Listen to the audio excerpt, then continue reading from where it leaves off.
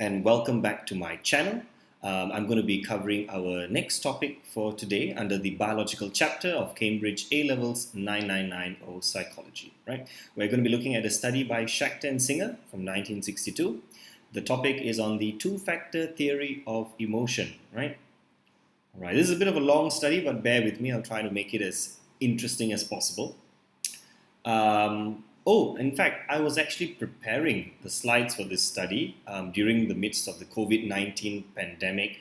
In fact, it was quite serious. I come from a country called Malaysia, and at one point in time, several months ago, when things were really, really serious, a lot of cases near my housing area, the military actually had to come in and set up these barbed wires and all that. Pretty scary experience to go through, but I'm glad things are a little bit better now. We still got high cases as I'm speaking today in my country. We're at 4,000 positive cases today. So it gets better some days, it gets worse some other days. But hopefully we'll get this through. Get through this together. In fact, I've just signed up for the vaccine trials in my country. Well, see how that goes. Catch me in my next video, and then you'll find out more updates there. Anyway, we're going to be looking at this study, which is, the title of the study is The Cognitive, Social and Physiological Determinants of Emotional State, right? By Schachter and Singer in 1962. It's actually a really interesting study. It's just that it's a bit complex, but I'll do my very best to break it down, all right? Let's look at some keywords. First and foremost, the word arousal. How does the APA define arousal? APA is the American Psychological Association. Right, arousal to them is a state of physiological activation, right? I'm going to focus on that particular phrase, physiological activation. And if you look at the second definition, it's pretty similar as well. A state of excitement or energy expenditure which is linked to an emotion. So that's very much in alignment with what we're covering for this particular study. Arousal, emotions, stuff like that, right? So arousal here does not mean anything that's sexual in nature. It's just that your mind, your body is getting ready for an activity, right? All right, so this is the human nervous system, right? It's called the autonomic nervous system. It comprises of parasympathetic and sympathetic. But what actually makes up the autonomic nervous system? Well, first and foremost, the brain, the spinal cord, and all the nerves that it's connected to, right? And this entire system is called the autonomic nervous system, right? What does it control? It controls thinking, emotion, and behavior, right? Your brain and your nerves and your spinal cord control all of these things. Now, let's look at this in a bit more detail. Now, there are two systems here. The parasympathetic nervous system and the sympathetic nervous system, PNS and SNS. Now, here's a question. Situation 1, a dog chases you. Which system gets activated? The PNS or the SNS? Think about it. Look at the examples there. All right. Well, think about it. I usually find the easiest way, and I usually tell my students this, always look at which one activates the heart, right? So if I look at the heartbeat, in the PNS system, it's a slower heartbeat. In the SNS, it's an increased heartbeat, faster heartbeat, right? So if a dog is chasing and you're running away, most likely your heart is going to be beating more quickly, and therefore it's going to be the sympathetic nervous system. Next question, you meditate, right? You meditate today. Which system gets activated? Again, what's the easiest thing to do? Imagine your heart when you're meditating. Is it beating fast?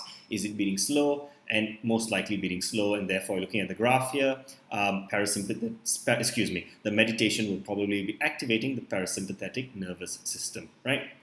Right, so which one do you think now controls the fight or flight response, right? You've probably heard of this fight or flight response in psychology before, right? When you're put in a difficult situation, you either fight your way through it or you fly. Well, you don't really fly, but you run away. And most likely, let me rephrase that. It is actually controlled by the sympathetic nervous system, which is going to be involved in today's study, right? All right, those of you chemistry fans, can you recognize what element this is? Well, not an element, but rather what neurotransmitter or hormone that this chemical symbol represents, right? It is adrenaline, right? The other word for adrenaline that we sometimes use is epinephrine. Epinephrine is the artificial version, the synthetic version of adrenaline, right? All of us have adrenaline in our bodies. What does adrenaline do? Well, did you know adrenaline can help you lift up cars? You might have seen or heard stories of, these kind of old-fashioned stories of when a tree falls down on a little baby boy or girl, and then the mother sees that happening and gets a rush of adrenaline, gives her so much energy to lift the tree off their child, right? So, or perhaps a car falls on someone and you get this rush of adrenaline. You can actually find videos like this online where you will see, people giving their testimonies of how adrenaline pushed them to be able to just lift up something heavier than they thought before, right? Now, where does adrenaline come from? It comes from the adrenal glands, which are located on top of the kidneys, right? Human kidneys, we've got a pair of adrenal glands over there, right? It's a hormone and a neurotransmitter. I usually ask my students, what's the difference between a hormone and a neurotransmitter? Well, look it up online. There is a slight difference, right? There is a slight difference indeed. All right. Side effects. First and foremost, it affects your heart rate. Right? Once adrenaline starts pumping, your heart rate goes up. It makes you feel a bit of a shakiness, tremors, as it's sometimes called, tremors or shakiness. You also start sweating a little bit more, right? Your blood pressure also increases as well, right? So pretty interesting. And so, looking at these two pictures, which system do you think is activated by the adrenal glands or adrenaline, right? Is it the parasympathetic nervous system or the sympathetic nervous system? I think it's pretty straightforward, right? It is definitely the SNS. It's being activated by adrenaline. All of this is relevant for today's study. You'll see why in a moment. So I'm going to cover the basic theories of emotion. There are 3 of them. I was supposed to show a scary video. I usually show that to my class with a trigger warning. I don't think I'll be showing it to you guys on YouTube. But if you want to, you can actually find this video. It was submitted for a short film. The name of the video. A short film competition. The name of this video is, let me see if I can see the name there. Oops, sorry. Lights Out, right? You should definitely watch it if you like scary videos. I usually just show this to my class to get sort of an emotional reaction from them. Sometimes students can get a little bit bored in class, especially if it's early in the morning. So I just wanted to wake them up, right? So if you want to wake yourself up, check this out. Right, so anyway, let's assume that you watch a scary video, and in this example, for example, the sight of an oncoming car. So I want you to imagine you're on the road, you see an oncoming car approaching you, right? It's about to hit you. In the first theory of emotion, which is called the James Lange theory of emotion, your heart starts to pound. That's the arousal, right? Your body gets aroused, and then you feel the emotion of fear. So it happens in one after the other. First, you need to feel the physiological arousal, and only then you can feel the emotion of fear if you see a car coming at you. What do you think? When you see a car coming at you, does your heart start beating and then you feel afraid? Another researcher, or rather researchers, Cannon-Barth theory, they said that the arousal and the emotion happen together at the same time.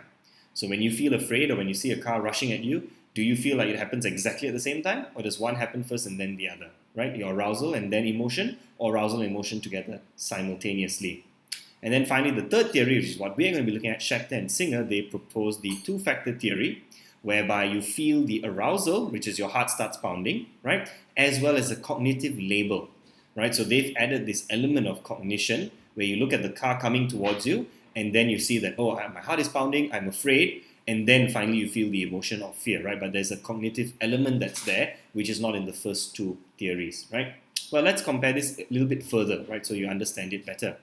Let's look at this example again, the James Lange theory, right? I feel afraid because I tremble. So imagine that there's a very fierce dog barking. The autonomic arousal is your SNS system being activated, fight or flight response, and then you feel the feeling of fear, right? So you feel afraid because you're trembling, you're shaking, right? When you hear a dog barking at you. The second theory, Cannon-Barth theory, the dog makes me tremble and feel afraid, right? So look at the dog barking, the brain is activated, and then it creates the feeling of fear and the autonomic arousal, right, of your SNS system at the same time, right? The dog makes me tremble and feel afraid at the same time. Or the final theory, Schachter and Singer, I label my trembling as fear because I appraise the situation as dangerous. So this is a little bit more wordy, but imagine you've seen a dog barking, you feel the physiological arousal, and then in the third picture, you can see the lady, she's appraising the situation. She's looking at the dog, she's like, okay, that's a Rottweiler, or excuse me, it's an Alsatian, I think. An Alsatian, it's really scary, it's got sharp teeth. Okay, that's why I should feel afraid. Because imagine this, what if the dog was behind a gate and it could not reach you? Would you still feel as afraid as if it was running free? Or what if it wasn't a big dog? What if it was a small chihuahua and the chihuahua was barking angrily at you? Would you look at it and feel afraid? You might feel a certain sense of arousal, right? If you just suddenly hear the dog barking and then you see, oh, it's this little chihuahua, woof, woof, woof, woof, right? Would you feel afraid? Probably not, right? Because you appraise the situation cognitively and you know that there's nothing to be afraid of, all right? So then I usually ask my students, okay, which of these theories do you think is the most that you most agree with? The James Lange theory, the Cannon-Barth theory, or the Schachter and Singer theory, right? Which one do you most agree with? I usually do this on Mentimeter with my class, but you can think about it for yourself or put it in the comments. Okay, let's look at some of the past research that's in this area, right, of emotions and stuff. Now, many researchers have actually found no evidence to support the James Lange theory, right? Very little evidence, if any at all. They found that all emotions result in a general excitation of the SNS, right? Because in James Lange's theory, right, he says that the physiological arousal needs to happen first and then only the emotion. But if all the physiological arousal is the same, how do we get different kinds of emotions, right? There's no physiological discrimination for different emotions, right? Like, for example, if I see a car rushing towards me, my heart starts pounding. I feel afraid. If I see someone that I find attractive, my heart starts pounding. I don't feel afraid. I feel, attracted to that person, right? Perhaps a sense of sexual arousal, right? So, that's the same. The heart is pounding in the same way, or almost the same way, but the emotion is completely different, right? So that's why there's a lack of evidence to support this theory, right? Cannon in 1929 found that the same. He was criticizing James Lange. Basically, they all, all these researchers, they like to, talk about each other's research and say, okay, and try to do one up of from each other's research, which is kind of the way research works, right? You read someone else's research, you try to improve it, make it better, right? So Cannon in 1929, he said the same visceral changes occur in very different emotional states and in non-emotional states. So he found out that, for example, the heart beating, right? Your heart can beat fast in a variety of situations, right? But you might not be experiencing the same emotion. You might be experiencing a variety of different emotions, right? If it's during my birthday and people are celebrating it and I'm happy, my heart might naturally start beating faster, but I feel happy, I don't feel afraid, right? But if something's about to hit me or something scary, my heart starts beating faster, yes, but I feel fear, right? It's a completely different emotion, right? So although the same physiological changes appear, there are different emotional states, or sometimes even when there's no emotional state, the visceral changes. Visceral means internally in your body. There are changes occurring, but there's no particular emotional state, right? But, all right, let's look at some other research, right? In Axe and Schachter, they found that when they studied fear and anger, both had a similar autonomic activation, right? The body physiologically activated similar ways when they looked at fear and anger, right? But on several measures, they found that there were actually slight differences in the degree of activation, right? So there are some differences, although it's generally similar, there are some differences here and there in the activation of the body, right? Wolf and Wolf, they found that when they studied a subject with a gastric fistula is sort of like a problem with, if I remember correctly, somewhere in your intestines, like there's a injury in your intestines of some sort, right? So what happened was when they studied this particular patient, they found two patterns in the physiological responses of the stomach wall. So they were studying his stomach wall and how it moves rather, how it's activated or how it responds physiologically. And they found that although it was responding, this was observed for a great variety of moods and emotions, right? So the same problem here is that the same physiological arousal is happening, but it results in a lot of different kinds of moods and emotions. So how do you differentiate, right? If my body is responding a certain way, shouldn't it tell me which emotion to feel? But that doesn't seem to be the case. The body seems to be activated and respond for a variety of different emotions, and it's hard to tell the difference, right? In fact, they were only able to distinguish maybe two patterns, right? Two patterns, but there are not just two emotions in human beings, right? We can experience a variety of different emotions, right? In fact, they also, they said it was very subtle differences, right? So the differences, because they're so subtle, it's hard to say that they even exist, right? So if it's difficult then for James Lange's theory to find particular evidence to support it, what else could be another factor? If it's physiological arousal and the emotion are not sufficient on their own, then researchers needed to find what else is the third factor that's needed. So more past researchers, they found that, or rather they suggested that perhaps cognitive factors are required to determine emotional states, right? For example, the general pattern of sympathetic excitation, right, the SNS, right?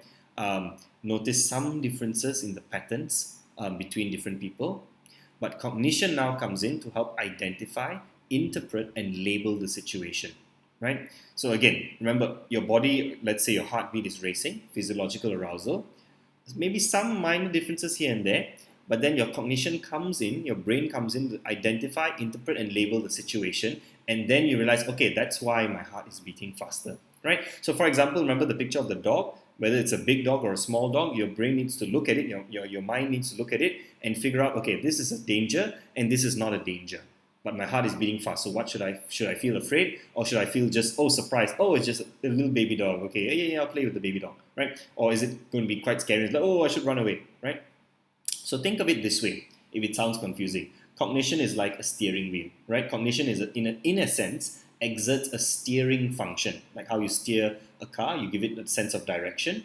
So the cognitions arise from your immediate situation, and you interpret them based on past experience, which provides the framework to understand and label your feelings, right? So like if you're driving a car, from past experience, okay, how to avoid potholes, how to turn the wheel, how to direct your car in traffic, or if a car cuts in front of you, right? So that's the past experience which informs you and gives you a framework of understanding, and then you move your car from here to there, right? And as you're moving it, I suppose then using this analogy, emotions would be perhaps the pressing the accelerator and going forward, right? But the cognition is required to steer the way you think, right, about your state of being, right? So Schachter and Singer wrote that it is the cognition which determines whether the state of physiological arousal will be labeled as anger, joy, fear, or, and I found this really funny when I read it, they said, or whatever, right?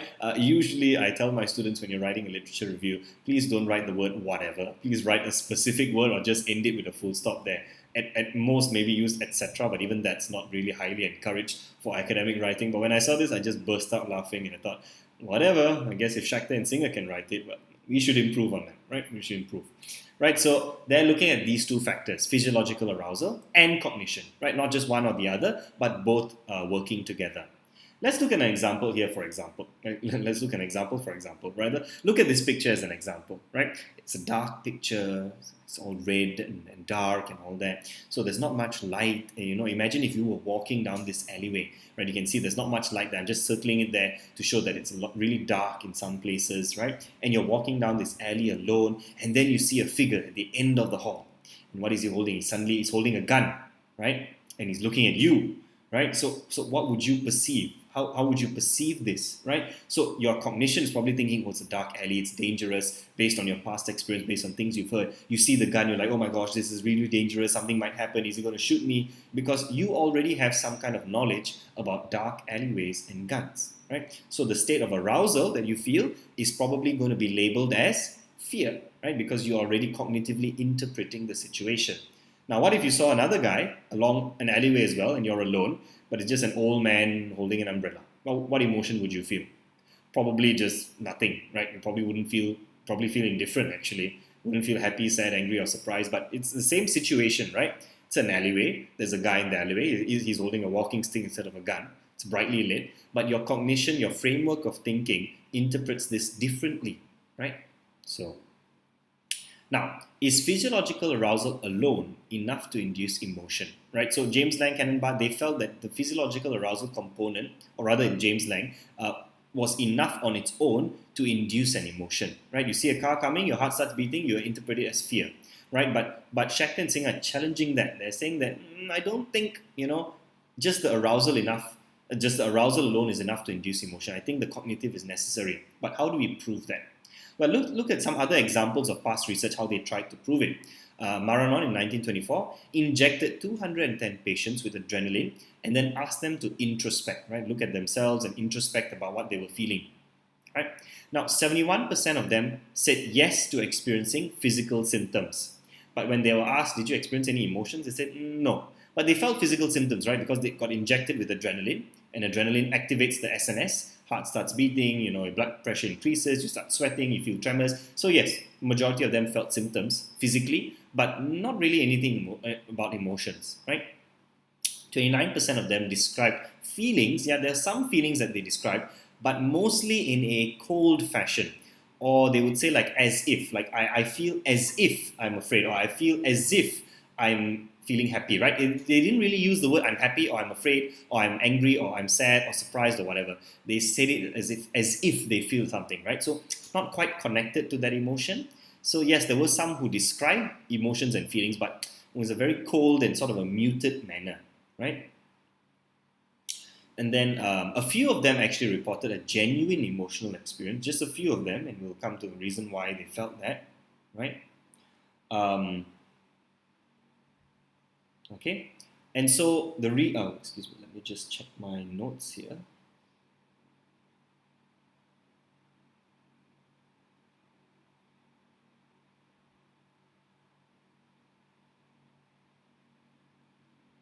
Right, so the point basically that's being made here is that physiological arousal alone may not be sufficient enough to induce an emotion. As you can tell from this, right? So most of them got injected, most of them felt a physical symptom, but most of them did not describe an emotion, right? Um, but why did some of them feel an emotion, right? Some of them did, just a small percentage of them, right? Past research, let's look at it. Maranon again. A few of them reported a genuine emotional experience, right? Because the researcher provided the participants with an appropriate cognition. What was that appropriate cognition? Well, what happened was, um, in several cases, the researchers spoke to the patients before the injection of their sick children or dead parents, and they responded quite calmly to the topic, right? But when the same topic was presented later after the injection, it was sufficient enough to trigger an emotion, right? So what happened basically, before the injection, talk to them about something fairly emotionally inducing like dead parents. But before the injection, they could talk about it normally.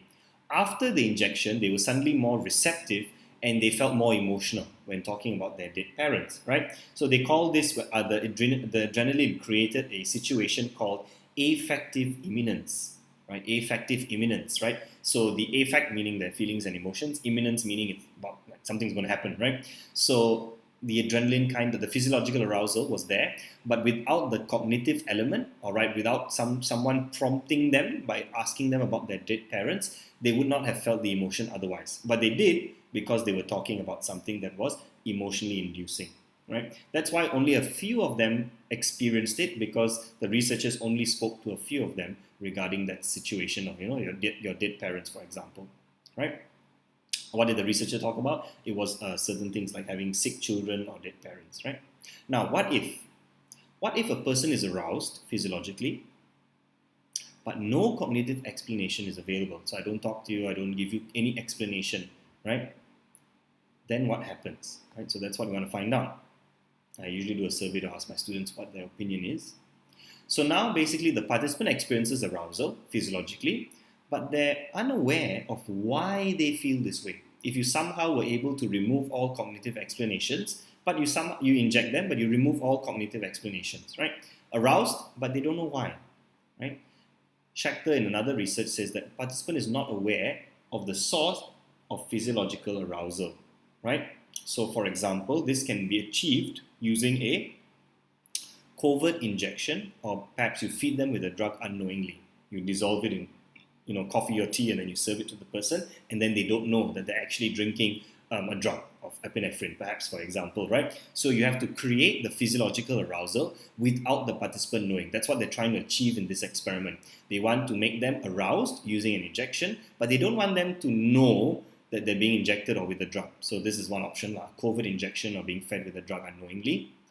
And then what happens is that if you don't tell the person, if you don't give the person an appropriate cognition, there's an arousal of evaluative needs, right, in the participant, according to Festinger in 1954, where they need to understand and label their bodily changes. So let's say, for example, imagine you come to my experiment and I give you a cup of coffee and you drink it, but I've spiked your coffee with some epinephrine. And then your heart starts beating and you start sweating and you get tremors, which you don't usually get when you drink normal coffee.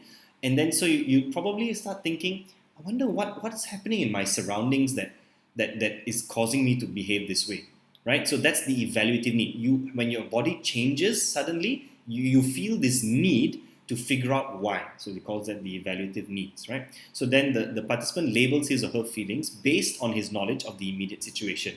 So you probably look around the room, it's like, is there anything around here that could be making me feel my heartbeat racing? What could it be? Right, for example, if suddenly a beautiful woman were to walk into the room, you might say, oh, my heart's beating because I'm excited to see a beautiful woman. Or perhaps if you're at a party, you might feel excited or happy, right? Or perhaps if you're in an argument with someone, you might feel angry, right? So the evaluative needs arise, and then you look around your room and you try to find something in your situation that can help you explain what you're feeling, right? Which brings us back to the point, just having physiological arousal alone may not be sufficient enough to induce an emotion, right? So just getting the arousal doesn't seem to be enough. There seems to be this need in people to figure out why they have that arousal, right? So try to increase your heart rate for a moment, and I'll show you some pictures and see how you feel about these pictures, right? So just breathe in quickly, like, all right, if you breathe really quickly for just 30 seconds, right, increase your heart rate. Okay, I'm going to show you a series of pictures and tell me, just think about it in your mind, what do you feel? This beautiful picture of a beautiful woman, how do you feel? What's your emotion? How do you interpret this picture? I want you now imagine you're at a concert. Whoa, lights, camera, action, concert, everybody's cheering, jumping up and down. Beautiful. How would you feel? What if someone's shouting at you over the phone? Hey, why didn't you, buy the newest iPhone for me? Something like that, right? How would you feel? Right? It's just a simple exercise I give to my class to make them feel some kind of emotions, right? So again, recap. James Lang theory says you must feel a certain type of arousal, only then you can feel the emotion. Canon Barth says, no, they happen exactly at the same time, simultaneously. And Schachter and Singer said, no, you guys are wrong. You need to have arousal plus cognition, and then you label that using the information you have in order to experience the emotion. What do you guys think? Well, we're going to focus on the third one for today's research, right? Essentially, Schachter and Singer's two-factor theory of emotion is about emotion coming from both physiological arousal and cognitive labeling, right? These are the two factors in their theory: physiological arousal, cognitive labeling. Okay, let's look at the hypothesis. If a person experiences a state of arousal for which they have no immediate explanation, they will interpret that emotion with the cognitions available to them at the time and label the state. Okay, so let's read that again carefully. I've highlighted the keywords. First and foremost, experiencing state of arousal. So they're aroused, right? Physiologically so. Right? But they don't have an explanation. So if they don't have an explanation for their arousal, what are they going to do? They're going to use their cognitions available right at the time and then label the state. Okay, I'll give you an example. Right, there was once I was traveling to this city. This is the beautiful city of Denver, Colorado. I was working at the YMCA of the Rockies. Excellent, beautiful place. Really amazing opportunity I had last year. This was before the COVID-19 pandemic hit. But when I was walking around Denver in the city, I got a little bit scared because it was as you can see, it's kind of empty. Nobody else was really walking around. A lot of homeless people.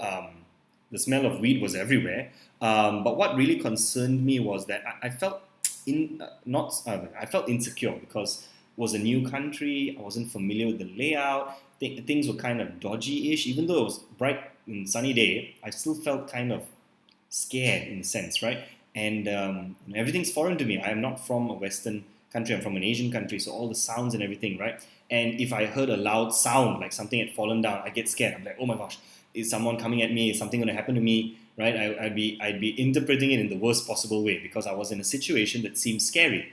There's nobody around. I don't have many friends with me. I'm all alone in a new place, right? So the cognitions that were available to me at the time were that of being alone in a foreign place, and it's kind of scary, and I don't know what to do. So whatever I heard, all the sounds that I heard made me feel afraid. Even if it was just perhaps a car misfiring, you just hear the engine just misfire and thinking, oh my gosh, what's happening, right?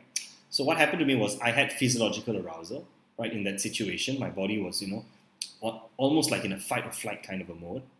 And I didn't have an immediate explanation, right? But I did have I used rather the cognitions available to me at the time, because I may not have known where the sounds were coming from. If there was a loud sound happening or something going bang or boom, I don't know what's causing the sound to happen. So my brain is just interpreting those sounds according to the situation I'm in, right? Where I'm feeling a bit, like this is scary. I'm in alley all alone. In hypothesis 2, however, if a person experiences a state of arousal for which they have an appropriate explanation, then they will be unlikely to describe that emotion using alternative available cognitions, as no evaluative needs will arise. Right? So look at the keywords here. Do they experience arousal? Yes. You put them in a state of physiological arousal. Do they have an explanation for that arousal? Yes. You give them an explanation and say, okay, this is the reason why you're feeling arousal. They're like, oh, okay, that's why I'm feeling arousal. So in that case, there's no evaluative need. I know why my heart is racing faster, or I know why this situation is happening or this thing is happening. So I don't have a need to go and find another cognitive explanation or label for it. I already know why I feel this way, right? I'll give an example. At the YMCA, when I was working in the USA, right, I was working in the kitchen and seeing someone drop a metal bowl was not at all surprising to me, right? If I did not see that person drop the bowl, and I was just doing my own thing and heard a loud crash, bang, boom, boom, boom, I might jump, right? Physiological arousal. And I'm like, oh, what was that? What was that? Are you okay? But if I see it happening, right, I see my friend drop the bowl, in that case, I wouldn't feel anything because I can see them doing it, right? So I would have an explanation for the loud sound or the physiological arousal that comes from it. Here's a quick video. I'm not sure if you can hear the sound in the video. Perhaps I may need to just give you a narration. So that's my friends, yeah, and then bang, boom, boom, boom.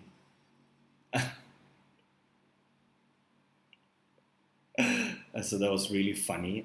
My friends were just playing along. So what happened in that basically was, just basically saying that because I could see what was happening, right? I could see my friends playing around and see that drop, and so I knew the source of the sound of the loud noise. So in this case, even I had some physiological arousal because we were having fun. I was playing around with these guys and all that. But I had an immediate explanation. So because the explanation was clear to me, I did not have an evaluative need to go and find a reason to explain my arousal.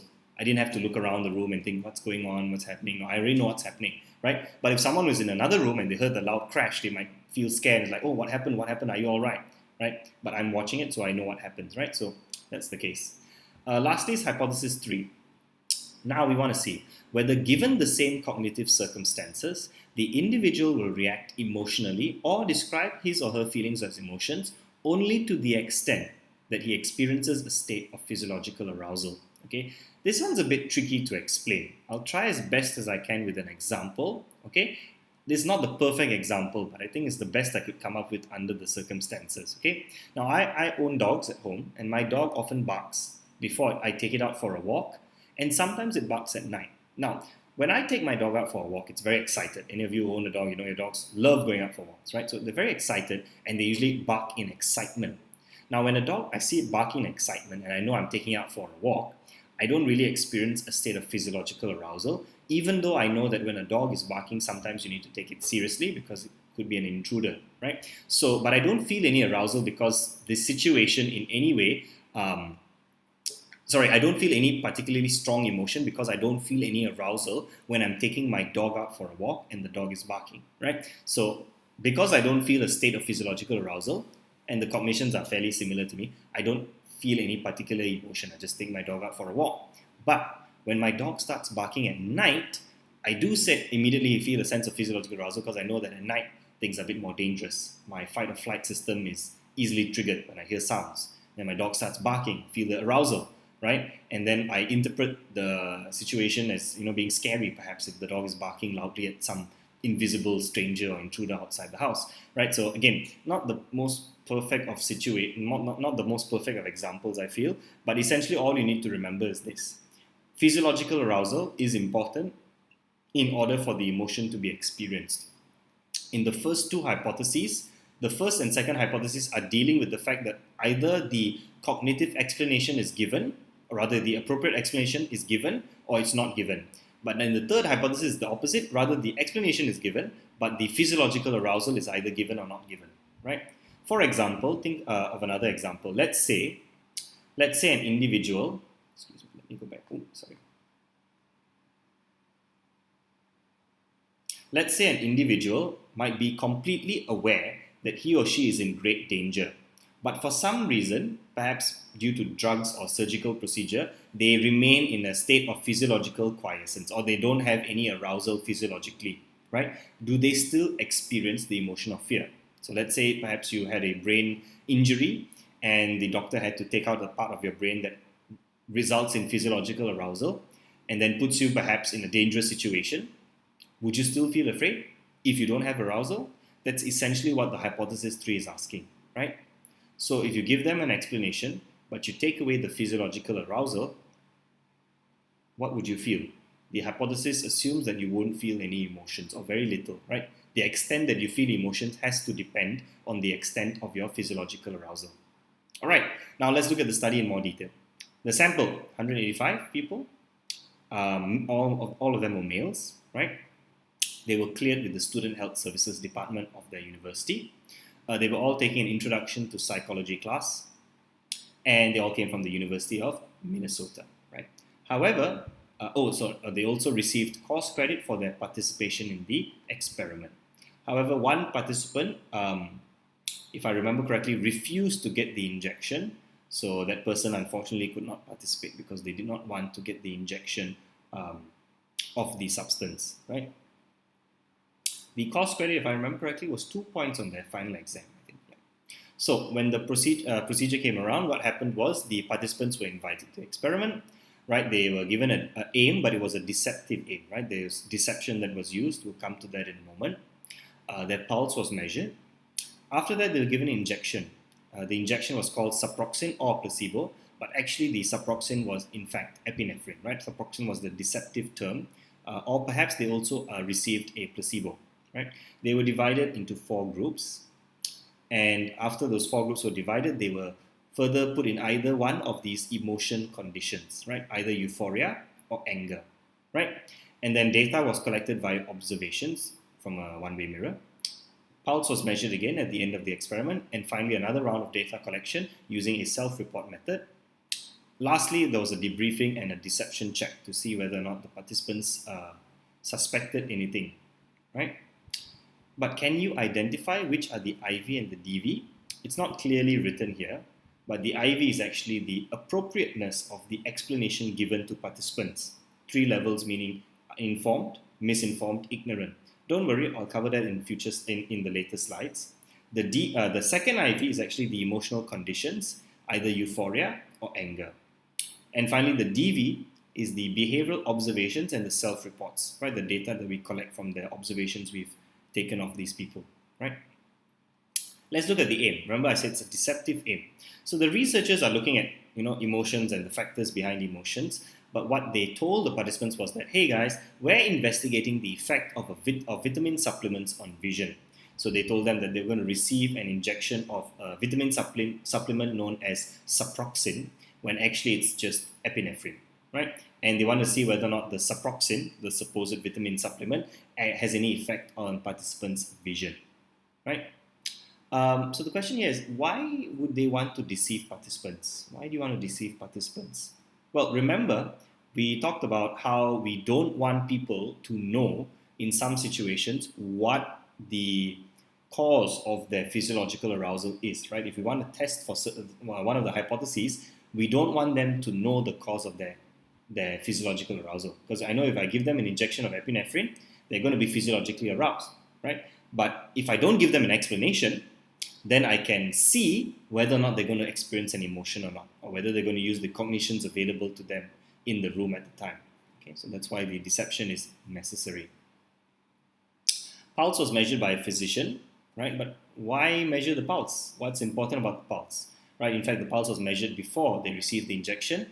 The reason being because you want to have a baseline. It's called a baseline score. So you do this before the injection so that you know what the baseline of the participant is, and then after the injection and at the end of the experiment, you want to see whether it changed, right?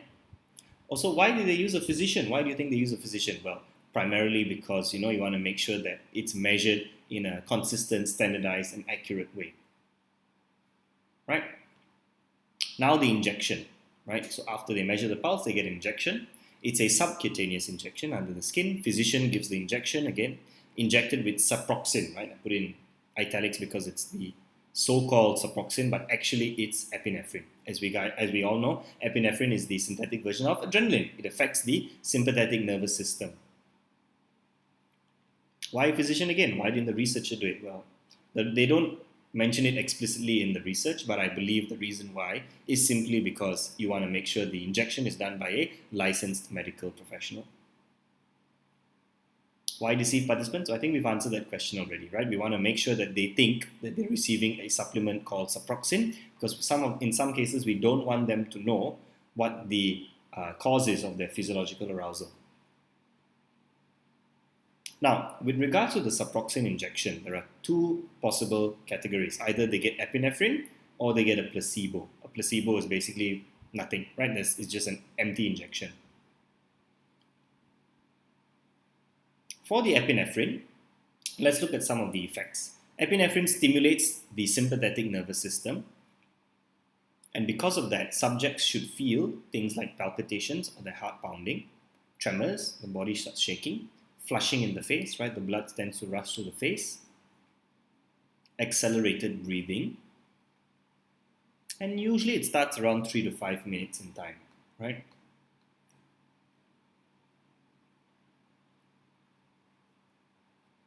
For most people, it can last anywhere from 10 minutes to 1 hour, or rather, excuse me, let me rephrase that. It usually lasts around 10 minutes to an hour, but for most people, within about 15 to 20 minutes, that's when it's really effective, right? You should also take note of the exact terms that was used. I think sometimes A levels ask these kind of questions like name the actual name for the injection, right? The supplement or the epinephrine that was given, right? So it's a half a cubic centimeter of a 1 to 1000 solution of Winthrop Laboratories suprarenin, a saline solution of epinephrine bitartrate. I don't know if, A levels, as far as I'm aware, has never asked for the full name of it, but no harm in memorizing such useful information, right? Then we look at the placebo, right? So some people get the placebo. Placebo, as you guys know, is usually just a saline solution, no side effects at all, just saline, right? What was it? It was just half a cubic centimeter of saline solution, right? So it should not have any effect on the human body, right? Then some of my students sometimes ask me, Mr. Ross, why is injection not an IV, right? If some are getting the epinephrine, some are getting the placebo, then shouldn't the injection be the IV? Well, the reason why is because all participants get injected.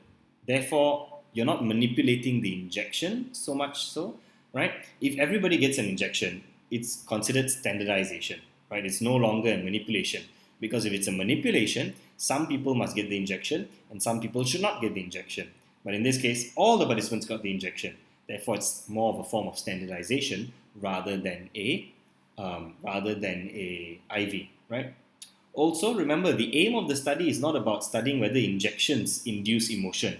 It's about whether or not emotion is a product of arousal and cognition, right? Injection is not usually the IV here, that's why. Because we're not really interested in how the injection affects people, okay? If injection was an IV, it would have looked something like injection group versus non-injection group, right? If substance, for example, was the IV, then it would be epinephrine, placebo, plus another drug group. But instead, 3 of the groups of participants actually got epinephrine. The placebo is just sort of like the control group, right? They are not studying to check whether epinephrine has an effect. They already know for sure that it has an effect, right? That is why we're not doing a study between epinephrine and placebo. We already know that epinephrine causes a person's heart rate to increase, activates the SNS system, right? We already know that. So that's why epinephrine and the placebo are not the levels of the IV, because we're not actually comparing between the epinephrine and placebo to see whether there's an effect. We already know there's an effect. What we want to know is whether or not physiological arousal and cognition can induce emotion, right? Which is why the first IV of the study is the appropriateness of explanation, right? There are 3 different levels: informed, ignorant, or misinformed, right? Informed means I inform the participant exactly what the appropriate explanation should be. Ignorant means I don't give them any information, and misinformed means I give them the wrong information, right? We'll look at what that looks like here. So in the informed condition, right, there are 4 groups. This is the first group, informed group, right? They were told the accurate side effects of epinephrine, right? Remember, the participant still thinks they're taking something called Suproxin, but it's actually just epinephrine. But they were told what the side effects were, right? Tremors, palpitations, flushing, those sort of side effects, right? And they were told that it's going to last around 15 to 20 minutes max, right? Your hand might start to shake, your heart will start to pound, and your face may get warm and flushed. Okay, so these were the effects, right, of epinephrine that were told to participants in the informed condition, right? And again, they repeated that these side effects lasting around 15 to 20 minutes. Who said this? Who was it that told them this information? Was it the experimenter? Yes, it was the experimenter, right? The experimenter explained all of this to them and gave them the information. After that, what did the physician do? Well, the physician gave the injection and also told the subjects that this injection is mild and harmless, and they repeated the accurate symptoms, right?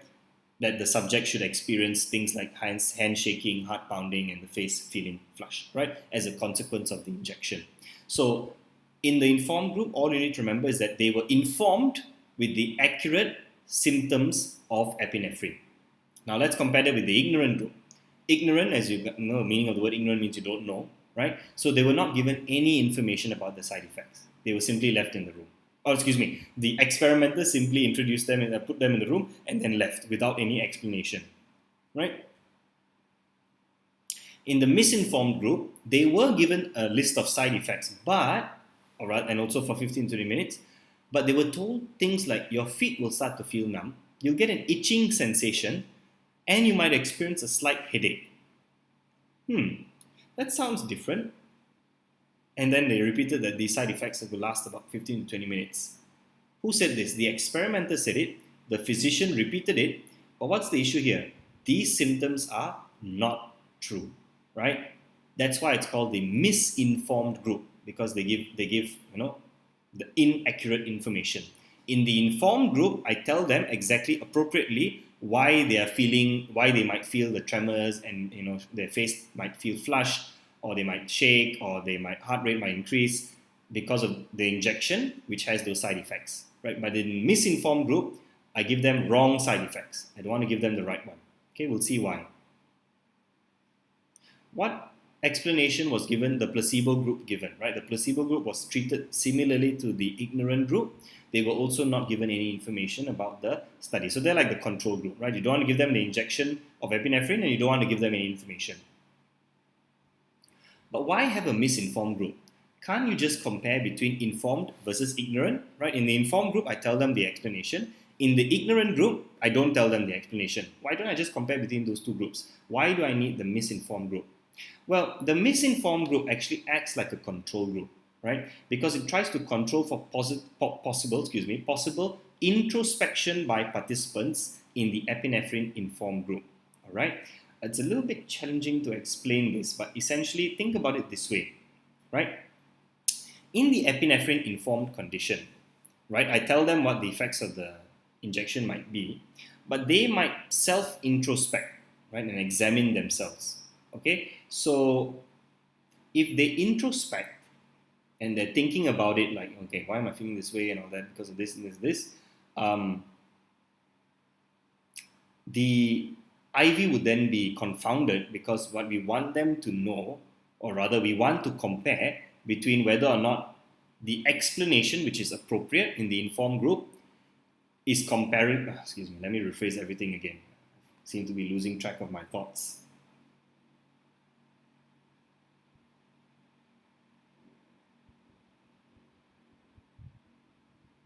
Okay, let me think of an easier way to explain this, right?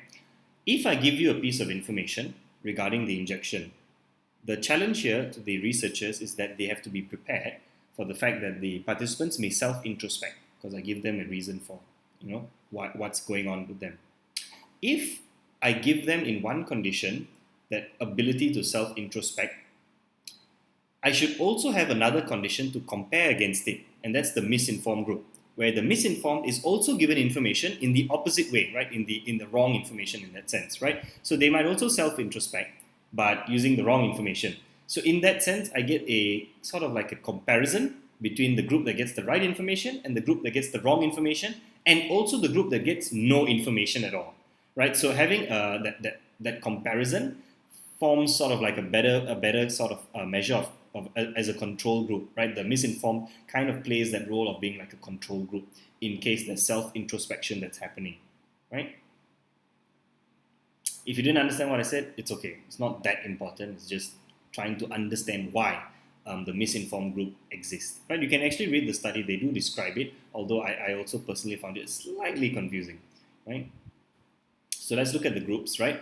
Epinephrine informed, so they get the injection of epinephrine and they're informed on the correct symptoms, right? They're given the appropriate side effects. Epinephrine ignorant, so they're also given an injection of epinephrine, but they're not given any information about the side effects. Then finally, the special control condition, which is the epinephrine misinformed, so they're also injected with epinephrine, but they're told the inappropriate side effects, right? So I get to compare between these groups more accurately in that sense, right? And then finally, the epinephrine placebo. So no epinephrine, no side effects, right? Again, another form of a control group where I don't give them any of the IV, right? So these are the four groups. However, I put a small black star above the word epinephrine misinformed because that group is a little bit special, and this might confuse some students, but the epinephrine misinformed group was only in one condition but not in the other. I'll show you here what I mean. Remember I said there are two emotion conditions, euphoria and anger. We'll discuss that in a moment. But in the euphoria condition, you see there are four groups. Epi-informed, epi-ignorant, epi-misinformed, placebo. In the anger condition, only three. Which one was removed? The epinephrine misinformed. This is slightly frustrating because it would have been a lot nicer if they just put it in all four against all four. A lot more straightforward. Let's read why they took it out. Right? According to Schachter and Singer, the epinephrine misinformed condition was not run in the anger sequence. This was originally conceived as a control condition, as it was felt that its inclusion in the euphoria conditions alone would suffice as a means of evaluating the possible artifactual effect of the epinephrine-informed instructions. Okay, let me try to again break this down.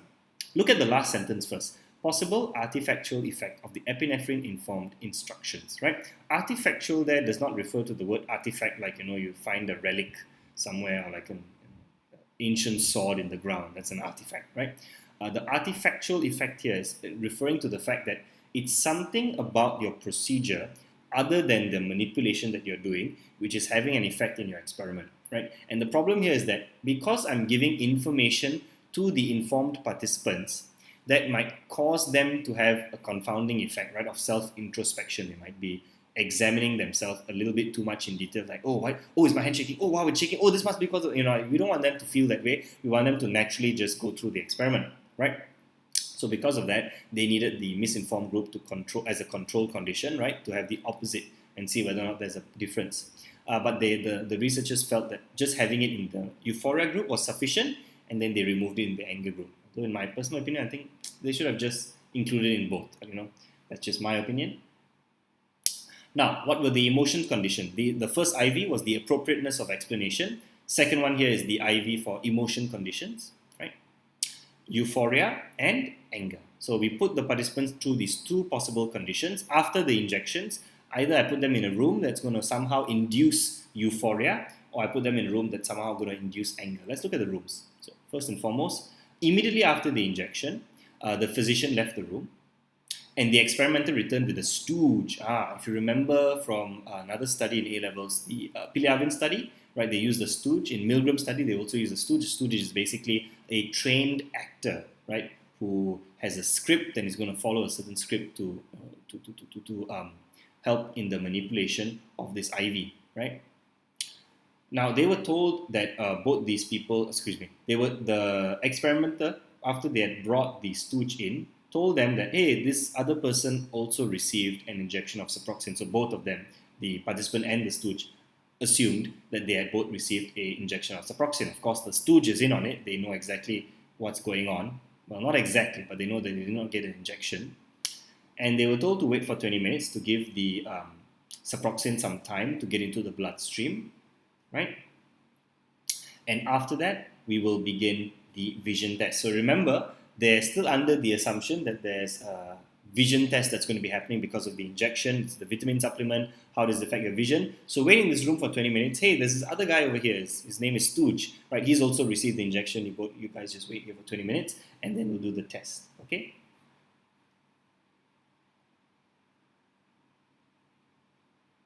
All right. Why immediately, right? So why immediately? Why didn't they wait for the epinephrine to take an effect first before bringing in the Stooge? Why did the experimenter bring in the Stooge so quickly? Because if I've just given you the injection right now, in that 1 second, and then the physician leaves the room, and then immediately the experimenter comes in with the Stooge. Why would I do it immediately? Why not just wait for 20 minutes, let it go into the bloodstream, have an effect, and then bring in the Stooge? Right? Why do you think they did it immediately?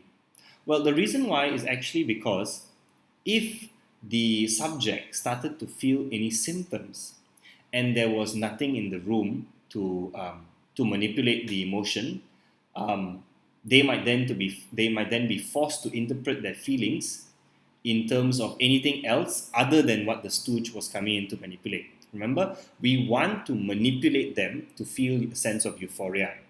But if I don't do the manipulation quickly enough, the effects of the epinephrine might already start happening in the person's body, and then they might be thinking, what's making me feel my heart is beating faster? What happened today? Maybe it's because of something someone said to me in the morning, right? But we don't want that to happen. We want them to feel the emotion based on the manipulation of euphoria, right? Which is why they had to immediately bring in the Stooge as fast as possible. In fact, most subjects usually experienced it within 3 to 5 minutes after the injection. That's when their body started reacting. Right? So a deliberate attempt was made then to bring the Stooge within 1 minute after the subject got injected. Right? Why did they have to wait for 20 minutes? Well, because that's usually the average amount of time when it's required, when the epinephrine is usually absorbed by the bloodstream completely. Right? Usually about 20 minutes. Okay, so this is the euphoria condition. They wanted to try and induce euphoria and happiness in the participant. We'll see what they did. What was the room like? Well, the room was actually described as very messy, right? A very messy sort of office room. And there was an apology, like, I'm so sorry the room is in disarray. The only other thing I should do is to apologize for the condition in this room. I just didn't have time to clean it up. So if you need any scratch paper or rubber bands or pencils, help yourself. I'll be back in 20 minutes to begin the vision test. So that was the explanation that was given to the subject, where the researcher apologized for the state of the room and said that, if you want to use anything, go ahead. You can just use and touch anything you want, right? Experimenter apologized. What did they say? You can read it word for word in the study itself, essentially giving them permission to take stuff if they wanted to, right? What did the Stooge do? Couldn't find a picture of a Stooge other than this guy, okay? He's obviously not a Stooge, but, I guess that's stereotypically what you imagine a Stooge to look like. I don't know. So they introduced themselves to the participant. They made some icebreaker comments, and then they started acting in a series of standard units. Okay, and then they invited the participant to actually join in. Right, so let's look at what they did. Firstly, the Stooge reached for a piece of paper and then start doodling. They said, we can use this for scratch paper, didn't they? He doodles a fish for some 30 seconds and then says, this scrap paper isn't even much good for doodling. Crumples the paper up, throws it into a waste paper basket in the far corner of the room. He misses, but this leads him into a basketball game. Crumples up other sheets of paper, shoots a few baskets and says 2 points occasionally. He gets up and does a jump shot, saying the old jump shot is really on today. Just imagine you got brought into a room and someone starts throwing paper. Right? If the subject is not joined in, the Stooge throws a paper basketball to the subject saying, here, you try it. Right? The Stooge continues his game saying the trouble with paper basketballs is you don't really have any control. Right? Stooge continues the basketball game and then gives up saying, this is one of my good days. I feel like a kid again. I think I'll make a plane. And then he makes a paper aeroplane saying, I guess I'll make one of those longer ones. Stooge flies the plane, gets up, retrieves the plane, flies it again. Right? There's a lot of things, right? A huge long list of stuff that they do. How many things do they do? About 14 different actions in total. Right? It's listed 15 on the study itself, But the last one, I would argue that it's not really an action, right? The Stooge replaces the hula hoop and sits down with his feet on the table. Shortly thereafter, the experimenter returns to the room. So this is no longer an action that is supposed to induce euphoria, but the other 14 are, right? So I would say there are 14 units of coded behavior, right? That the Stooge needs to perform as a scripted kind of behavior, right? So were the Stooge's actions always 100% exactly the same? Yes or no? What do you think? Yes, but if the participant did something, the Stooge would then react accordingly, right? So if the participant, perhaps said, let's not do paper aeroplanes, let's just continue doing the basketballs, then the Stooge would join in and continue doing the basketballs, right? So depending on what the participant reacted, the Stooge would react naturally, right? Or if the participant started naturally tearing up papers, then the Stooge would also follow along and encourage that behavior, right? So now the next condition is the anger condition, right? The angry face there. This was also immediately done after the injection. The physician left the room. The experimenter returned with the Stooge, same as before. Similar to instructions to the euphoria condition, they were going to be given Suproxin, and you and the Stooge both have Suproxin being injected. Wait for 20 minutes, right? And in this 20-minute time, I want you to answer a questionnaire, right? I'll be back to pick up the questionnaires and then begin the vision test, right? So that was the anger condition. Now do make a note, this is between subjects, so the participants who entered the euphoria condition and the participants who entered the anger condition are different, right? They're separate. They don't mix in between their conditions, so this is a between subjects design, right? What was the room like in this case? Was it a messy office room? Well, they don't, do they say? Right, the study does not specifically say what the room looked like for the anger condition because it's not so relevant, right? It's irrelevant because the room that they're in doesn't make a difference to the anger condition because anger is being induced in a different way, right? It's being induced by the questionnaire. What was the questionnaire like? Did you read it in the study? It was 5 pages long, started very innocent with innocent questions, and then the questions grew increasingly more personal and insulting, right? Now, what did the Stooge do? First and foremost, the Stooge, before looking at the questionnaire, said this: I really wanted to come for an experiment today, but I think it's unfair for them to give you shots. At least they should have told us about the shots when they called us. You hate to refuse once you're here already, right? So this is kind of like an icebreaker kind of a statement, but it starts off kind of sounding a little bit frustrated, right? Yeah. They sit opposite the participant and then they paste their answers in the questionnaire to match the speed of the participant, right? So they want to make sure they're kind of like on the same question at the same time, right? And their standardized comments would range from, starting out as very innocent sort of comments and then finally to a full-on rage, right? Why do you think that is? Why do you think they started innocently and then finally, acted in responded in anger? This was the Stooge, right? Why did they start like that? Why not just start, boom, angry straight away from the get-go? Well, the study doesn't specifically say, but I think the reason why is probably because if they had gone in a full rage, the subject may have felt, instead of anger, may have felt fear. Right? Whoa, what's going on? Why is the guy so angry? And they may have left the experiment, right? So it's a lot easier to develop it if you build it up slowly. Now, before answering any questions, the Stooge says this statement: boy, this is a long one, right? So starting with the innocent kind of frustration, anger, right? By question 7, the question is, list the foods that you would eat in a typical day. And the Stooge says, oh, for Pete's sake, what did I have for breakfast this morning, right? Again, increasing in the frustration and anger. Question 13, list the childhood diseases you have had and the age at which you had them, right? I get annoyed at this childhood disease question. I can't remember what childhood disease I had, and especially at what age. Can you? Right? So now they're slowly starting to bring in the participant. Right? Question 17, what is your father's average annual income? This really irritates me. It's none of their business what my father makes. I'm leaving that blank. Right? So progressively getting more angry. Question 28, how many times each week do you have sexual intercourse? 0 to 1, 2 to 3, 4 to 6, 7 and over. Right? The hell with it. I don't have to tell them about all of this. Right? So more and more angry. And then finally what happened? They sit sullenly for a few moments. They rip up the questionnaire, tear it up. They crumble the pieces and hurl them to the floor. I'm not wasting any more time. I'm getting my books and I'm leaving. They stomp out of the room. Whoa, quite a dramatic exit, right? So imagine if you come in for an experiment, answering a questionnaire full of questions, and this guy, after a few questions, tears it up, throws it to the floor. I'm not answering this anymore, gets out of the room, right? Pretty dramatic. What was the last question? Was the last question what I showed you on the screen? No, actually the questions go on a little bit more, and the last question was actually, if I remember correctly, it continues for 8 more questions and ends with this. With how many men, other than your father, has your mother had extramarital relationships with? 4 and under, 5 to 9, or 10 and over, right? So more and more sensitive kind of questions in order to trigger the participant to feel a sense of anger, right? So let's compare both the rooms. In the Euphoria room, it was messy. In the anger room, the room doesn't make a difference, but in sense, both of them were given a questionnaire. In the Euphoria room, they coded certain behaviors, right? If the participant did nothing, 0 marks, 0 points rather. Doodling was worth 1, paper basketball worth 2, paper aeroplane worth 3, slingshot and manila folder tower worth 4, and hula hoops worth 5 points, right? In the anger condition, the Stooge complained with increasing intensity and then left the room, right? Both conditions, the Stooge followed a script. And in both conditions, both the Stooge and the participants were unaware of the condition, right? So it's a kind of like a double-blind study. The Stooge does not know whether the person in his condition received the subroxin, placebo, or whether they're in the Euphoria anger condition, right? It's double-blind.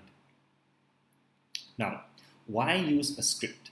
Why? Well, mainly because a script is a method of standardization, right? Prevents confounding variables in the way that the acting is carried out. You need to make sure that they do the same thing, the same time for every single participant. Right? Was the Stooge aware of the participant's condition? No. As I said earlier, it was a double-blind procedure. They were not aware what kind of injection the participant received. All right, data collection. So the first part, if you remember, I mentioned is behavioral observations. They looked at, and also later on, self-reports, right? So first and foremost, behavioral observations. What did they look at, right, in terms of their behavior? In the Euphoria condition, this is what they looked out for. Before that, try to answer this question. How can we measure someone's euphoric or happy behavior, right? If you were the researcher and you wanted to measure happy behavior, euphoria, how would you measure it? Just give me a moment to drink some water.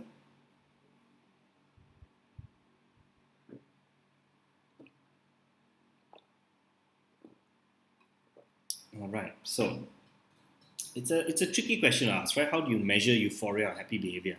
Well, what they did was they coded the subject's behavior in categories, right? So, for example, if the subject joined into the Stooges activity, for example, flew aeroplanes, threw paper basketballs, hula hoop, and etc., right? Category 1. Category 2, the subject initiated a new activity, creative euphoria, right? Where, for example, some subjects threw open a window laughing and hurled paper basketballs at passerbys, or jumped on the table and spun one hula hoop on his leg and the other on his neck. That's pretty interesting. I'm surprised that actually some participants did that, their own creative euphoria. In some cases, they just ignored or watched the Stooge, right? Paid no attention or just watched without joining in, right? So these 3 possible categories of behavior, right? Now, how many categories could a subject's behavior be coded into?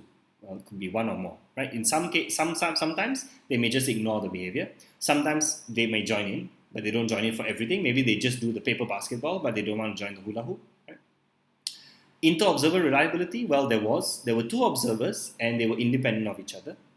They observed 2 sessions and they had 88% similarity rating in terms of their inter-observer reliability when it came to coding the behavior. Right?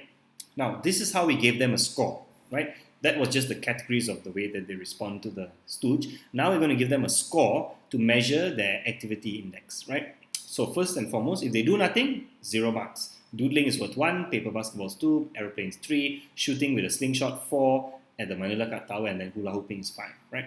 And you would take the score and multiply it by the average time, or the estimated time that they took doing the activity, right? So, what activity they did, take that number, multiply it by the number of seconds. For example, let me give you an example. Let's say my participant is Aaron and my Stooge is Ben. Right? Aaron gets on the table and starts playing hula hooping. Whoa, I'm hula hooping, look at me.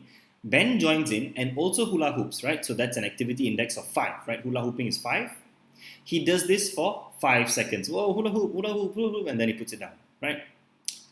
So what's his behavioral euphoria score? Remember I said you take one and multiply with the other one. So 5 times 5 is 25, right? The activity index is 5. he does it for 5 seconds. So overall, he gets a score of 25. Now, if he does other activities like doodling or paper basketball, paper aeroplanes or whatever, they take that score as well and multiply it by the time, then they add it all up together. So that's euphoria. Let's look at anger. What behavioral observations do we have for anger? So just like I asked you earlier, how would you code someone's happiness? Now, how would you code someone's anger, right? How would you measure someone's angry behavior, right? So they coded the subject's behavior as well. 6 categories this time. In the first category, it could be agree. If they agree, they get 2 marks, right? For example, I don't like that kind of personal question either, right? They're agreeing with the Stooge. Or they could disagree. Disagree is a minus 2 marks, right? Take it easy. They probably have a good reason for wanting that information, right? So they're not getting angry, they're getting the opposite, right? Neutral, 0 marks. Non-committal or irrelevant responses, they're like, yeah. You know what I mean? Just giving some kind of response that's not really relevant. Or perhaps they initiate agreement or disagreement. So if they initiate, they also get +2 or -2. Boy, I hate this kind of thing, right? So that shows that they're angry, they get +2. Oh, I'm enjoying this, right? They don't get angry, they kind of enjoy it, so that's disagreement. Or they're just watching, no verbal responses, they just look directly at the Stooge, but they don't really respond in any way. Finally, ignoring, right? Ignoring is a -1, where you get no verbal response and they don't look, they just completely ignore. They don't even look at the Stooge, they get -1, right? So how many categories could a subject's behavior be coded into? More than one, right? Definitely one or more, right? If they do, perhaps they ignore for the first 2 questions and then they join in, or they agree with the 3rd question and then perhaps they initiate with the 4th question and so on. So it really depends, right?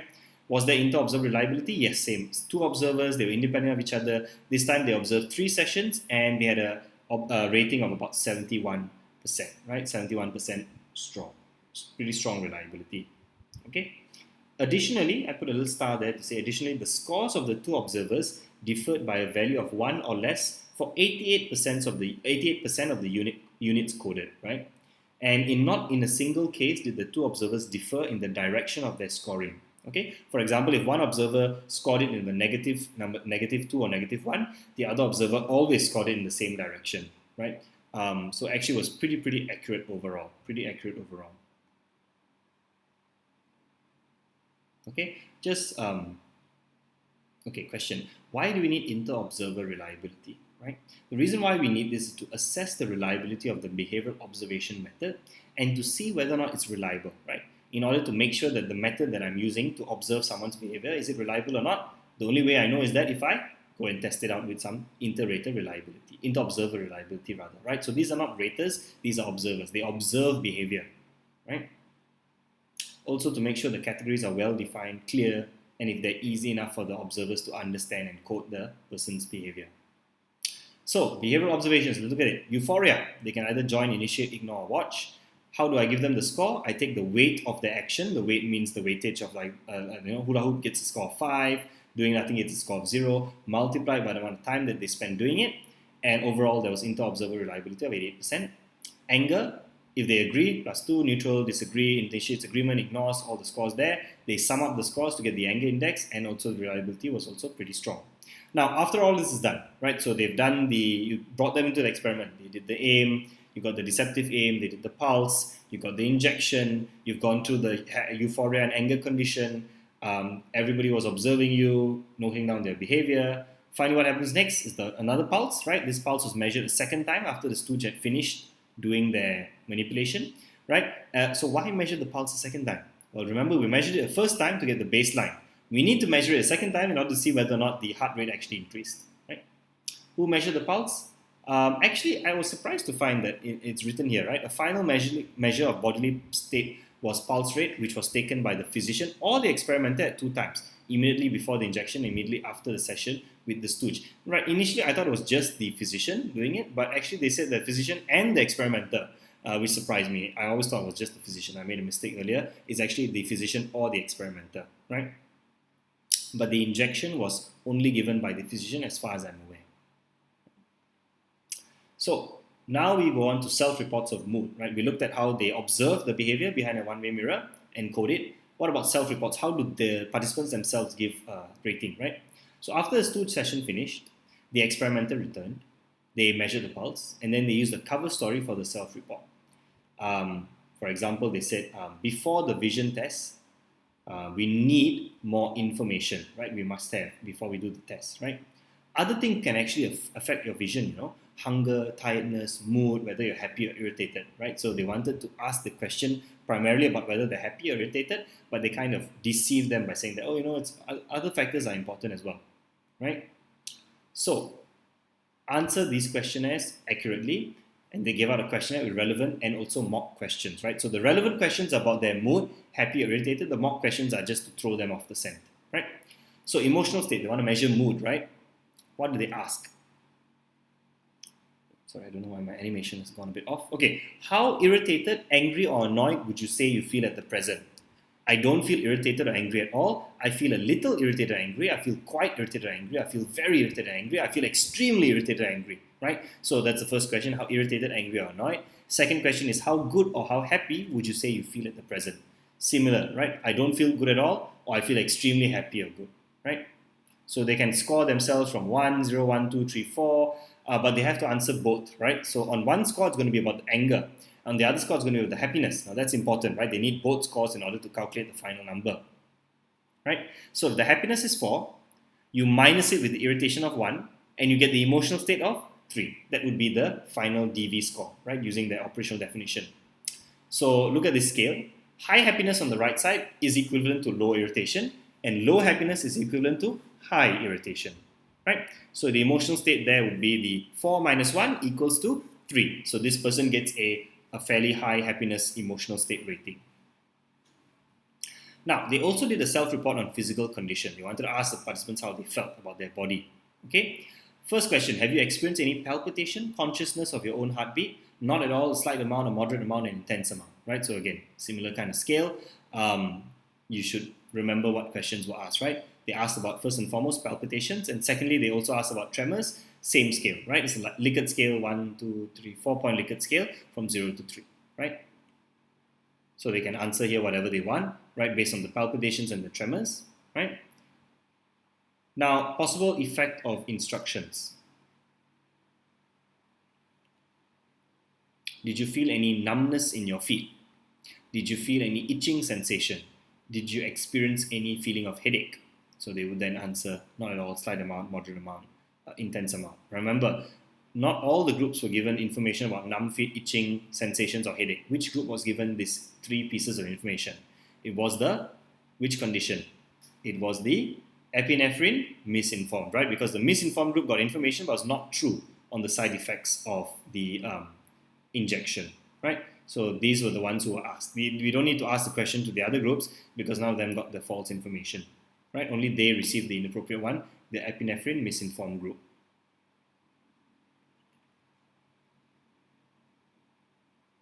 Participants were also asked 2 open-ended questions on other physical or emotional sensations. Okay, excuse me, let me go back one. The additional questions were, for example, things like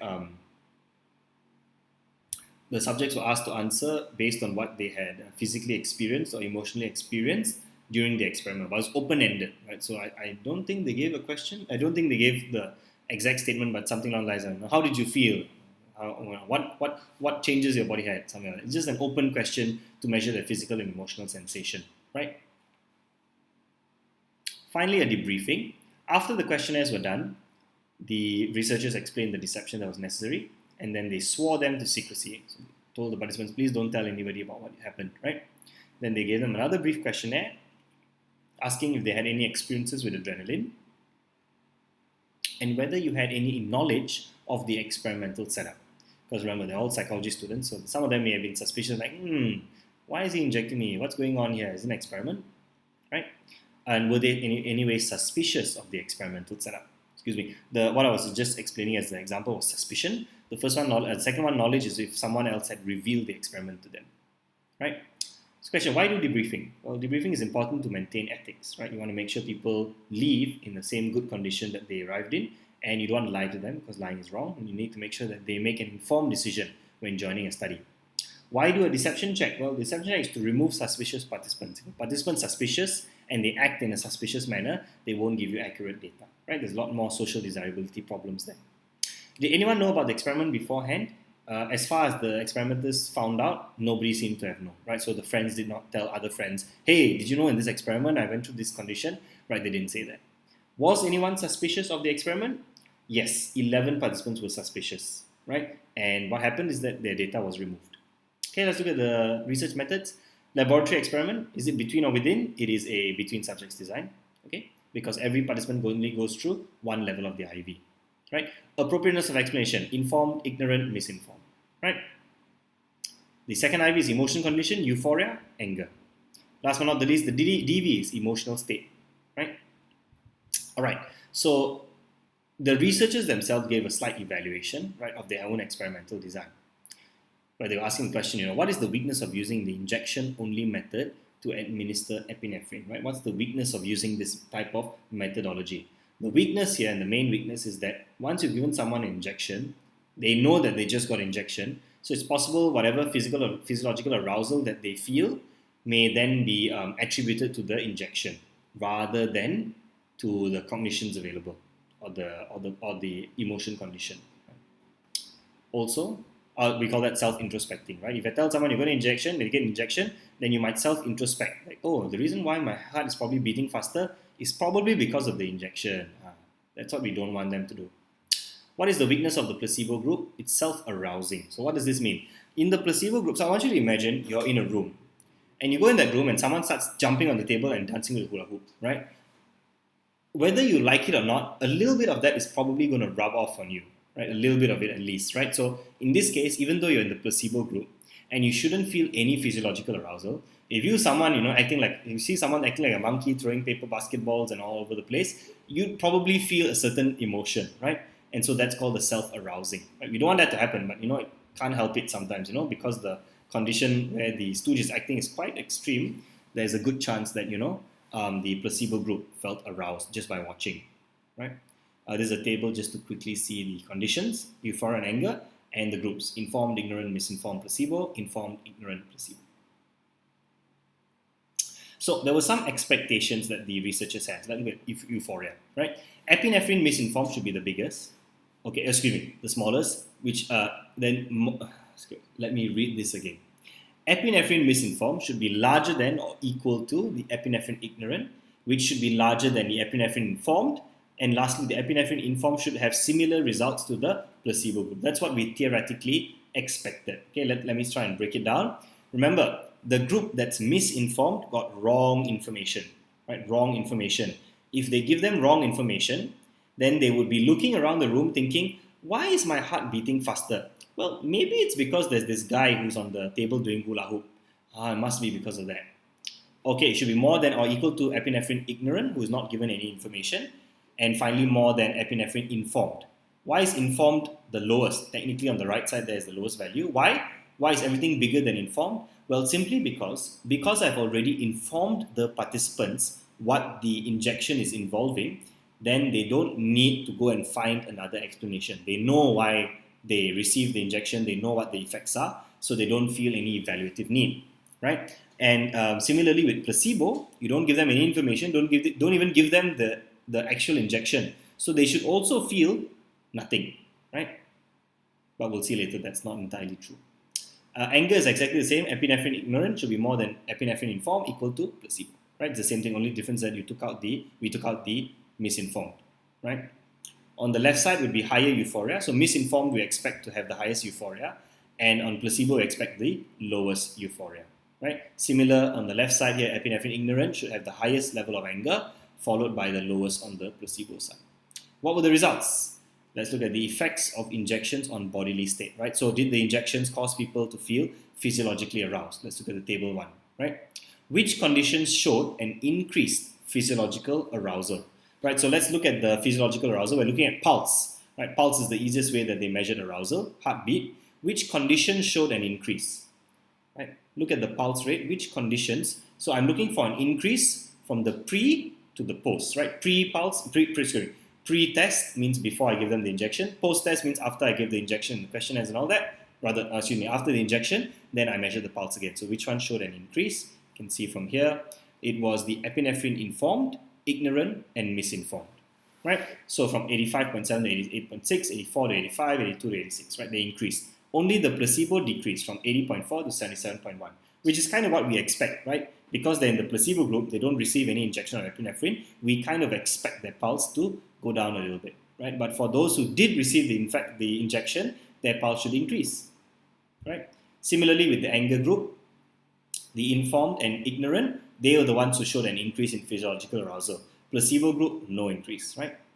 Which group showed a decrease in physiological arousal? I gave the answer away. It was basically the placebo conditions in both anger and euphoria showed a decreased physiological arousal, which is what we expected to see, right? Was the epinephrine misinformed different from the other groups? What do we think? Okay, so what's interesting here is that in spite of being given false information, they still showed the same physiological arousal, right? Same physiological arousal.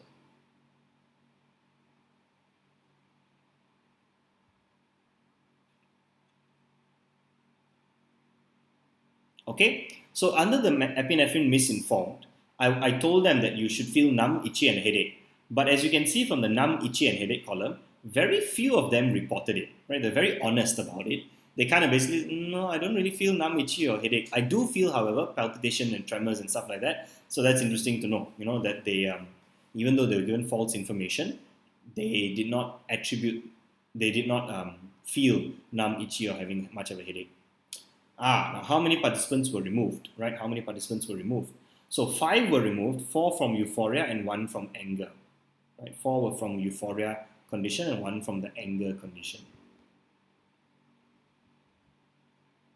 Is this data objective or subjective? What do you think? This is indeed, well, the measures of physiological arousal is objective.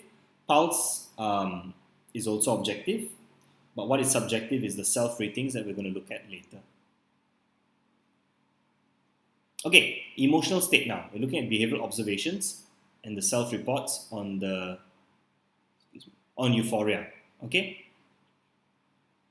we expect to see epinephrine misinformed more than or equal to ignorant, more than epinephrine informed, which is equal to the placebo. So let's look at it. Right, which two groups reported the highest level of euphoria?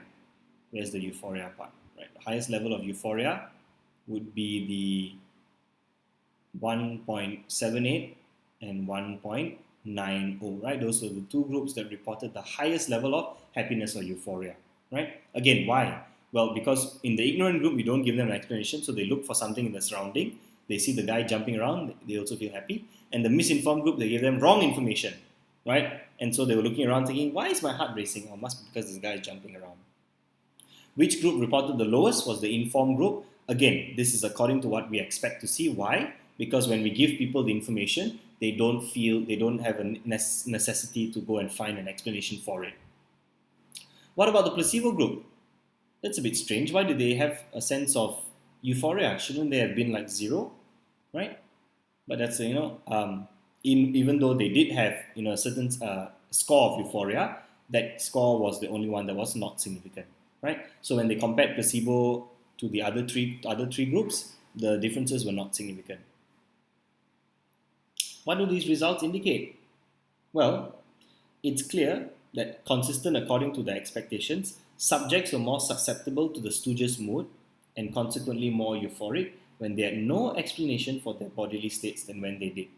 Right? So in the ignorant and the misinformed, I don't really tell people why they feel what they feel.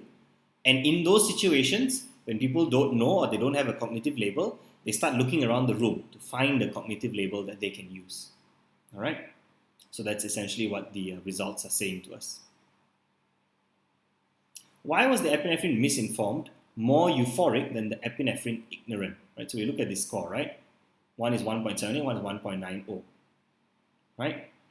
Now, here's an alternative explanation. It's possible, right? Because the ignorant group receives no information at all, possibly the person gave himself a reason to explain his bodily state. For example, if his heart is beating faster, then he says to himself, the experimenter didn't tell me anything about the drugs. Could it have been from the injection?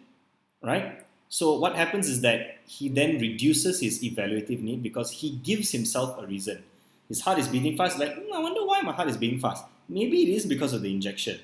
Right? Even though in the ignorant group they're not given information, he can self-introspect and sort of like figure it out on his own. Right?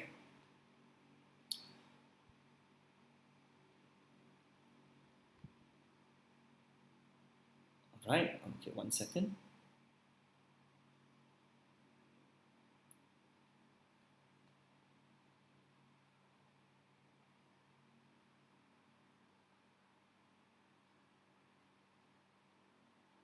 Okay, so some of the evidence that was used to support this idea that according to the alternative explanation, right, why does my body feel like this? They start introspecting and asking questions.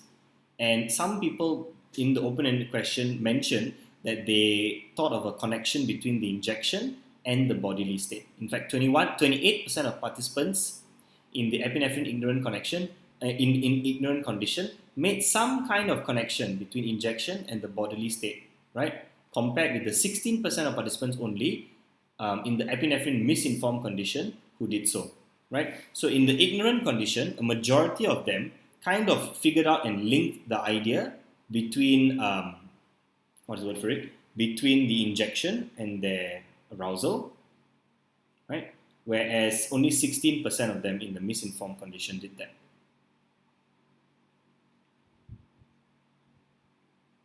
All right. So in the table there is the behavioral indications of emotional state in the Euphoria condition. So this was the activity and index, right? We're looking at how much activity they do. Highest Euphoria, let's look at the highest level of Euphoria in terms of the activity index, which is the highest number there. Epinephrine misinformed, right? 22.56, mean number of X 0.84. Lowest Euphoria, let's look at the activity index. Where is it? 12.72 epinephrine informed, which again is consistent with what we expect, right? We expect the informed participants to be less emotional because they already have an explanation for their physiological arousal. But we expect misinformed and ignorant to be more. What about placebo? Oh, that's strange. Placebo, even though they received no physiological arousal, even though they were not, given any explanation, suddenly they got a score of 16, right? Shows they're, experiencing some level of euphoria. However, once again, just as before, if I compare placebo versus the other three groups, it is not significant. So when we look at the self-report versus behavioral indicators, are they the same or are they different? Right? Now, the self-report is just asking you for your personal opinion, but the behavioral indicators is you being rated, right, on a very clear sort of a rating system and scale, what the activity index is, and then multiplied by the time that's taken to do it. So what do these results indicate to us, right? What do these results indicate to us? On all the measures, there is a consistent evidence that the subject will take over the Stooge's euphoria mood to the extent that he has no other explanation for his bodily state, right? So any participants in the study, if they couldn't figure out why they feel the way that they feel, that is why they get affected by the Stooge's mood a little bit more, right? They feel more happy, or in this case, or more angry in the other case, because they're not given an appropriate explanation. Should we expect similar results in anger? We should, right? Epinephrine ignorant should be more than informed, equal to placebo. How are the scores calculated? Do you remember how the scores were calculated for this? You take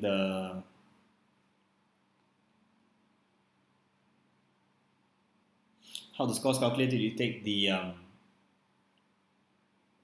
activity, this is the self-report scale.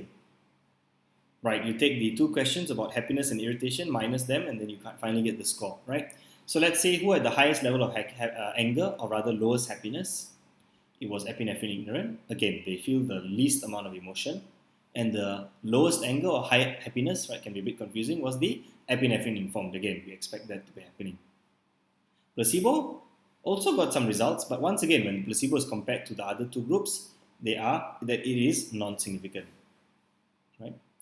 What is the weakness of the anger manipulation? Well, the main weakness is social desirability. In the study, Schachter and Singer actually share that many of the students were afraid to tell the truth about their feelings because they didn't want to lose the course credit, or they didn't want to give the lecturer a hard time, right? Because participating in the study, you get 2 marks course credit for the final exam. Who doesn't want that, right? And only those who mess it up and start bugging the teacher, they lose out, right? So some of them they refuse to describe their feelings properly or ask difficult questions because they didn't want, rather there was a social desirability bias where they wanted to look good, right? Rather than show the anger at the researcher who got them. Okay, let's look at now the behavioral indicators of emotional states in the anger condition. Just now was euphoria, now anger. What is a neutral unit? What is a neutral unit? Okay, this word represents in the analysis when the Stooge's routine has been divided into two phases, right? The first two units, which is the long questionnaire, like things like saying like, what long questionnaire and what did I have for breakfast, right? They're considered neutral statements because they don't reveal anything about the mood, right? So what is a neutral unit? You can see the neutral units there, plus 0.07, plus 0.30, plus negative 0.09, right? These were the neutral units, meaning they either just agreed or perhaps they just ignored, okay? Then there are also anger units. Anger units is based on the long scale that we had, right? Depending on what action they do or what behavior they do. Highest level of anger goes to epinephrine ignorant. Do we expect that? Yes, because we expect the ignorant to be the ones to have to look in their surrounding for an explanation. Lowest anger was from the informed. Was it from informed? Oh, I think I didn't put a animation there, right? But it's quite clearly the lowest group is from the informed. Now, what about the placebo? Placebo is interesting again, right? Again, you see some scores there. Right? Theoretical expectations was misinformed more than equal to ignorant, more than informed equal to placebo. Ignorant more than informed, placebo. But in actual results, we found misinformed is more than ignorant, more than placebo is more than informed. Ignorant is more than placebo, more than informed. So ignorant basically moves suddenly to the middle. Right? Why must the epinephrine informed be equal to the placebo? Right? Why must they be equal theoretically? Right? Let me explain why using a mathematical example. Emotion is a result of arousal and cognition. Right? The epinephrine informed arousal, let's say arousal has a score of 1, multiplied by the cognition of 0 equals to 0. Right? Now placebo, let's do the same thing. Placebo arousal of 0 multiplied cognition of 0 because you don't inject them, don't tell them anything. Therefore, it should be 0. This is why, mathematically speaking, the epinephrine informed group should be exactly the same as the as me. As me. Excuse me. Let me rephrase that. The epinephrine informed group should have the same value as the placebo group because, in theory, they should both end up with 0. In a sense, right? Just in theory. Now, what factors might have reduced emotionality in ignorant and misinformed conditions? Remember, I said there are some confounding variables, and one of them is the self-informed participants. So what happens is that these self-informed participants, they're aware of the injection. They know like, oh, I got injection. Therefore, this is causing my heart rate to increase, right? Or they say things like, the shot gave me shivers. Because they're self-informed, they get less angry and less activity. Why? Because they've given themselves a reason. So epinephrine ignorant and epinephrine misinformed can be divided into self-informed or others, right? Now, let's look at it on the anger epinephrine ignorant condition, right? What happened here is that they compared now. Here, ignorant participants should be angrier, but in this table, the ones who are self-informed show less angry behavior compared to others. Okay, so in general, ignorant participants should feel angry, but in some of his ignorant participants, right, he actually self-informed. Some were then subdivided further into self-informed versus others, right? And at the bottom there, it says that the ones who were self-informed showed less angry behavior. The ones who guessed, rather, the when you went back to your, for example, excuse me, slowly losing track of my mind after non-stop talking about this particular subject. I think just read it as it is and then you just understand it on the basis of what it says, right? The more information you have about your injection and stuff, the less angry or happy you feel, right? Because you already have a reason. Okay, let's look at this. Now I'm looking at the self-informed subjects on the euphoria condition. Same thing, right? Ignorant and misinformed participants should be more euphoric, but in this table, the ones who are self-informed show less euphoria behavior. So you look at the self-informed subjects, 11.63. They show less euphoria. The others, they show more. Why? Because the more information you give someone, the less likely they are to attribute their feelings and emotions to the condition. Epinephrine misinformed, similar thing that happened, right? Informed subject, self-informed, very low score. Others, 25 to 12, doubling basically, right? So now question, did removing the self-informed participants make a difference, right? So they identified the self-informed participants and all that. When they removed them, theoretically, right, in statistics, what happened? Yes, the results actually became more significant rather. Explain how this issue of self-informed participants can be both a weakness and a strength for this study. This is a bit confusing, but I'll explain it this way, right? It's a weakness for the study because when you have a self-informed participant or a self-arousing participant, that's a confounding variable, right? You don't want that to affect your your participants, but it is.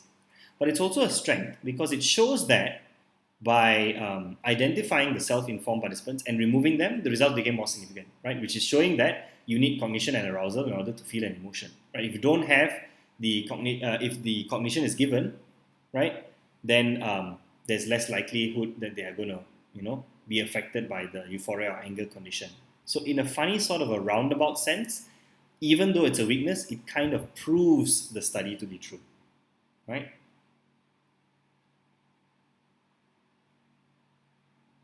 Right? The evidence is good that the state of physiological arousal is a necessary component of an emotional experience when self-informed subjects are removed, right? So if I control for the self-informed nature, I find out that, hey, actually it's significant, right? It does show an effect, right?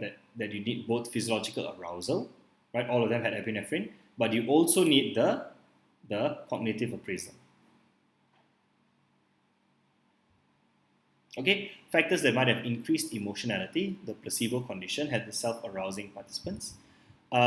It's a very unrealistic assumption to make that the placebo injection prevents arousal, right? If I bring someone into my study, I give them injection on the arm, most likely they're going to feel some sort of arousal, right? Because they got injected.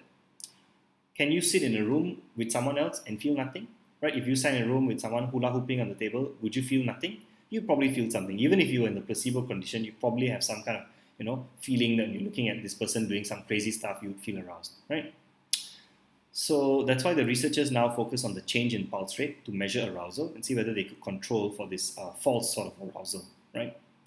If sympathetic activation is higher, the arousal was higher in the placebo group, then we can infer that the emotions increase. So placebo, anger, and euphoria can either be self-arousing or others. Self-arousing is that their pulse basically increase because they arouse themselves. They shouldn't have an increase in pulse, right? Because they're just placebo. But some of them, their pulse increase.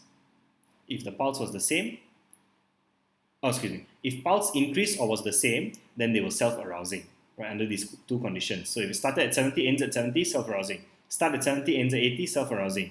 Others was if only the pulse decreased. Starts at 70, ends at 20.